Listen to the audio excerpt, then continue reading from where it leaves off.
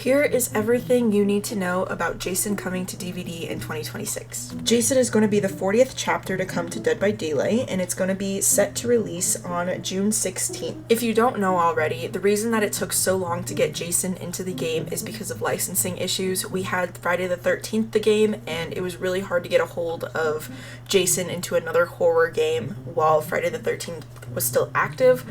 Unfortunately, Friday the 13th, passed away, RIP, loved that game. But now we get him in Dead by Daylight. As far as perks go, we have Hex Scared to Death. When you hook 3 different survivors, Hex Scared to Death activates on a random totem and triggers its effect.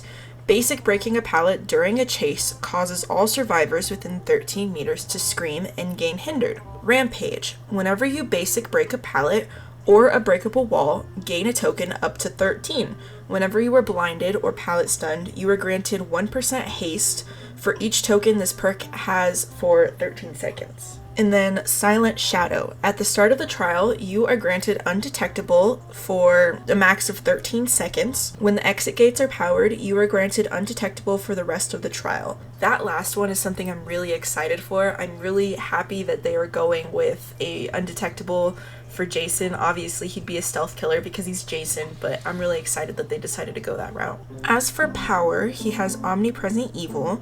When activated, the slasher becomes invisible and is granted undetectable and increased movement speed. The trial grounds also become shrouded in a thick fog. You cannot see survivors, but blood pools are still visible. Nearby survivors can be sensed with a mist clouds if they are standing still or with footprints when they are moving. Crouching survivors cannot be sensed by any means. And then Omnipresent Evil is deactivated when performing a jump scare. Jump scare. While in Omnipresent Evil, you can target pallets, breakable walls, or windows within 16 meters. This will cause the slasher to exit Omnipresent Evil and reappear at the targeted location. If the targeted prop is dropped, the pallet or the breakable wall, the slasher will destroy the prop. If the targeted prop is a window, the slasher will vault the window. The window will also be blocked by the entity for 4 seconds. And if the targeted prop is a pallet that's not dropped, the pallet becomes blocked by the entity for 4 seconds. After reappearing, the slasher is granted 4.5454% haste for 25 seconds. And then any survivors within 16 meters are revealed by Killer Instinct and Scream. But this will not affect crouching survivors, so I think the best counter is going to be crouching. He has a special ability, Throwing Spikes. The slasher starts the trial with a hook spike equipped, but he can acquire them by interacting with hooks. Interacting with the hooks will destroy the hook for some time though, which is actually a good thing for Jason, not survivors. You can tell I'm a survivor main based off of how I'm describing this. He's also granted a hook spike after hooking a survivor. He'll also be able to get some spikes by interacting with scrap piles that are scattered around the trial grounds. So once a survivor is hit with a spike, they will gain the broken status effect until the spike is removed, and the slasher can see the aura of the impaled spike when close to it. As far as the scrap piles go, there's going to be about 10 that spawn in the trial grounds. Jason's also coming with a built-in Mori. Essentially, if you're on Death Hook and you are downed by a hook spike, he'll be able to do a mini Mori on you. There will be an original survivor releasing with the Jason chapter.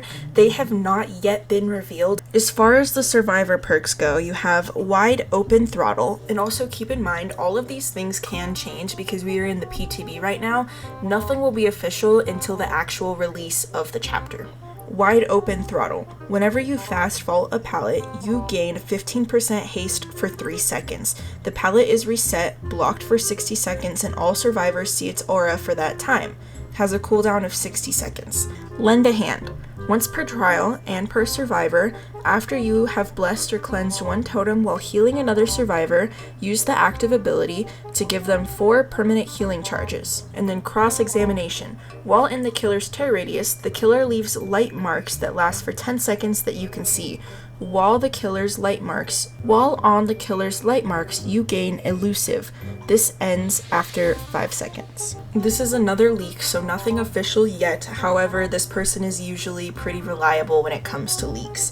They say that there will be a new Cheryl Mason legendary skin when the Jason chapter releases. We don't have any looks at it yet, we just know that she possibly will be getting a legendary skin. Before I go, I do just want to mention something. I don't have access to the PTB because I play on console. My PC unfortunately is not powerful enough to run Dead by Daylight. So all the footage I got as far as the Jason gameplay goes, I got it from Stalkedd on YouTube. I will leave a link in the description below to their YouTube channel so that you can go check it out and watch their video.